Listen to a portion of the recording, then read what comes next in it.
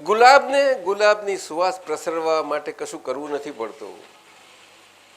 ચંદનની સુવાસ પ્રસરવા માટે એ કુહાડીથી કપાય છે વૃક્ષ, છતાં પણ એને કશું કરવું નથી પડતું, એની સુવાસ ફેલાય છે.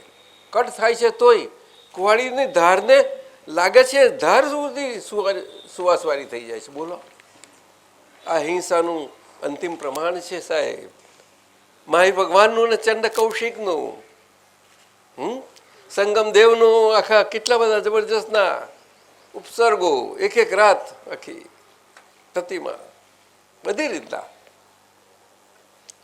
પરંતુ આપણે એટલા બધા પુનશારી છીએ કે આપણને એવા ઉગ્ર ઉપસર્ગો ના આવે.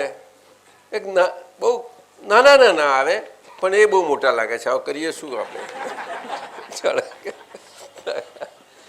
જરાક કોઈનું એવું વેણ આવ્યું ને, આ મોડું ઉતરી જાય, આપણું ઉતરી જાય. સામે ચાલીને આપણને બધા લાભ આપવા આવે, છતાંય આપણને આવું લાગે. શું કે?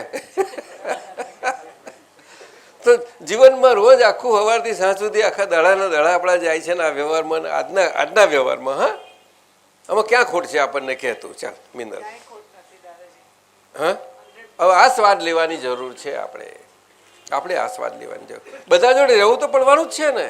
એ આપણા હાથની વાત હોય તો આપણે ના રહીએ, ચાલો ને. આ વાત છે.